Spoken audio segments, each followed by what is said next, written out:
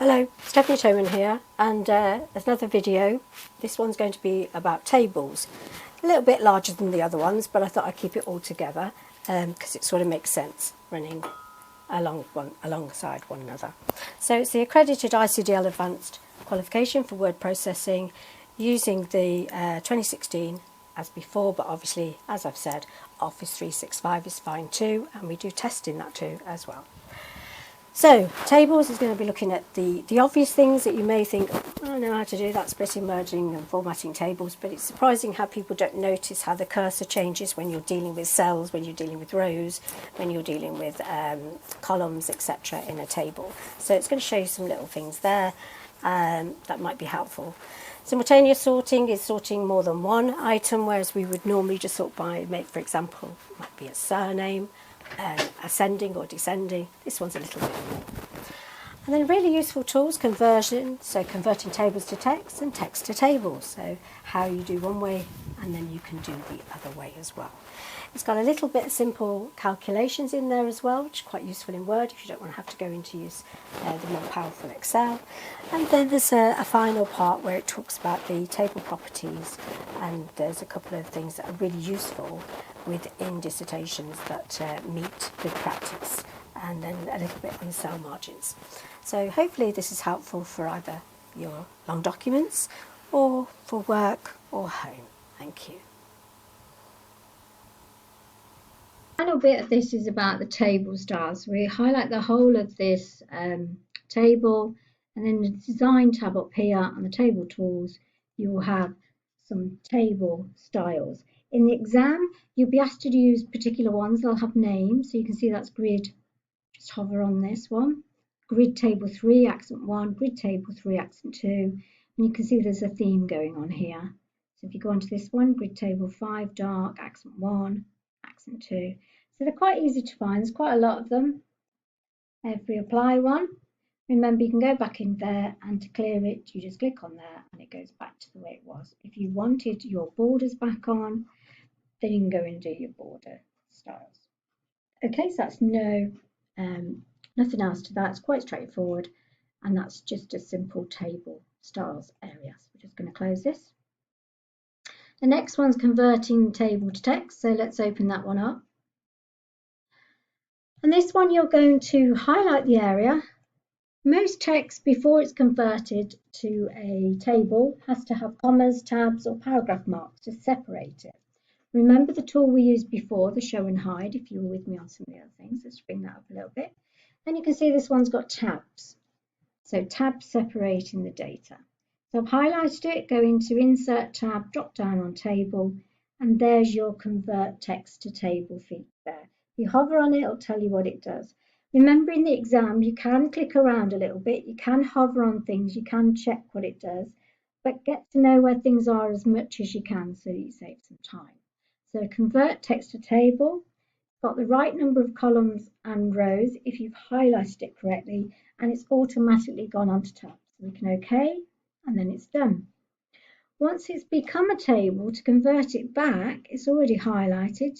We've got it on the highlight, and you can see that you've got these table tools again. Go onto the layout one, and you've got convert to text. So you can go the other way. So notice when you click on that, it comes up on tabs automatically, and that's the way we want it. And then if we do the show and hide, you can see those tabs are there. So really straightforward. Converting, when you're converting and highlighting text, you'll be doing it through the insert table route. When it's already been converted, then you're going through the design layout route. Okay, so close that one. The next one's sorting. So they talk about simultaneous sorting in Word, Advanced Word, and it means sorting more than one item. We've done sorting before, you know, normally you click on the surname and you do a sort. There you go, by surname. So sort a surname by surname looks pretty obvious. But you can see what's happened by doing that. I've actually included my total row, which I don't want to do on sort. So let's do things a little bit more professionally and precisely, and let's also do more than one. So there's a couple of ways of doing this. This is the holiday chart. Be careful in the exam because sometimes I put tables on top of tables. So make sure if you do all this hard work that you're doing it to the right table. So this is the table we're going to use. It talks about, there's 19 rows and it's talking about sorting rows 2 to 17. Well, I've got 2 there, it's pretty obvious. I'm not going to count them because I know it's not going to expect me to involve a total row, a calculation row. It could be budget total, grand total, whatever you want to call it. But it's not going to include that. So if I highlight from row 2 down to there, and I go into the layout tab in the sort, another way of getting there. Notice how it comes up with column 1 and then 2, 3, 4. So if I was asked in the exam to sort by surname ascending and then by department, so I'd have to go column 1, column 2, column 3, and that one's descending, and then it wants days holiday 1, 2, 3, 4, and then wants that ascending. So I'd be doing it like that. And notice there's nothing about header rows. So if I just cancel that a minute, that's absolutely correct. Let's just OK it. So you can see that I've done the job. I'm just going to undo. Let's look at another way of doing it. Let's include the headings, but not the total row at the bottom. Back in and sort. And notice this time, because I've included the heading rows and it says it knows I've got header rows, it won't incorporate them in the sort, then we can still see them. And it comes up beautifully like this, nice and easy. Don't need to see what's going on the top. OK, and it does the job.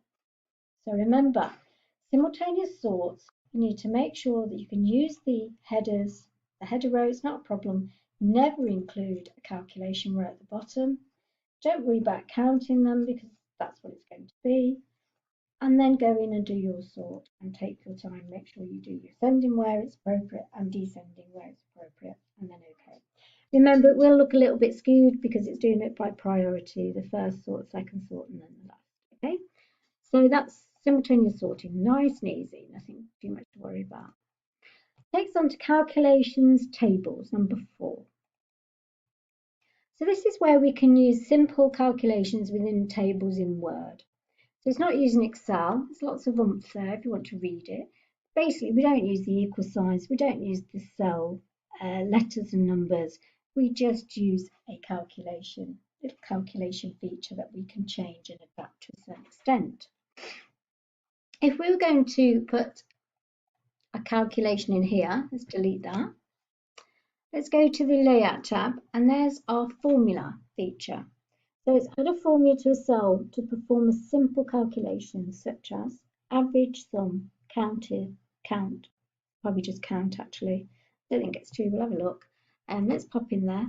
This is the different functions that it does. It does do an if, quite a few bits in there actually.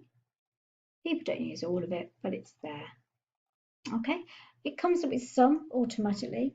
Notice that it uses brackets above, or it could be brackets right, brackets left, brackets below. And it always sort of assumes that I'm going to do what I'm going to do by where I'm placing it. And it's assumed we're doing above. So I'm quite happy to do above. OK there. And that has gone in there. Click on it and it turns grey. Click on that one, it turns grey. Click on that one, it's grey. Click on that, no. So you can see that these grey areas are fields. That's how you know something's a field. And if you right click on them, you will see that they are fields. If you right click on a normal number, you'll get a different pop-up. So if they're fields and they're calculations, let's change some figures. So change that, update the field, let's see what it does, and it adds them all up. Great. However, let's say we want to change the way it looks. Okay, let's say we want to make this into euros because it is in euros. So let's that one's fine for that number, but this one, let's change it because it's in pounds, isn't it? We need it in euros. So let's do a right click on there and edit the field this time, not update. So it takes us into the formula button, takes us back to where we were. You can see this one's been done with hashtags and a pound sign, and it's doing above. So if we drop that down, we will always stick to the hash areas because it's inputting data. People are inputting data. So you can either have a whole number or decimal places, but we're not going to use the pound. Click on there. Due to these exams being created by Ireland, Southern Ireland, who are in the European Union still, we're going to be putting a euro in here. So we click in front of the hash nice and gently. If you can't get in, you can always move across with your arrow keys. And you're going to use the Alt Great and the number 4 key. People use Control, Alt and 4. There's lots of other ways to do it as well. As long as you get the euro in there, we're quite happy with that. And you can see that it's changed it. We could change the figures. Right click, update and change the figures. Notice down here, there's such thing as locking and unlocking a field. So if a field's locked, let's just see what it's like. So we know that it updated, let's lock it. So you can see it's unlocked. So if we click on it and use Control F11, we're locking it. Right click on it, it's grayed out. If we're unlocking it, you can guess what it is, as I've just said, Control Shift F11. And now it will update, so it is unlocked. So if it's locked, let's say you came here and it was locked, Control Shift 11, and the exam said change some figures and update the edited field or calculation for total euros with at euro sign. You went to do that and it won't update, then you need to unlock it, Control Shift F11, unlock, do the job by updating it, and then it may ask you to lock it again. So Control Shift is unlock, Control F11 is lock. So just remember, unlocking, you're popping a shift in there, otherwise you're using the Control and F11. Okay, so some good things that you can do, and they're quite useful as long as they're simple and in a Word document. So that's tables calculations. Let's not save. Table properties, this one here.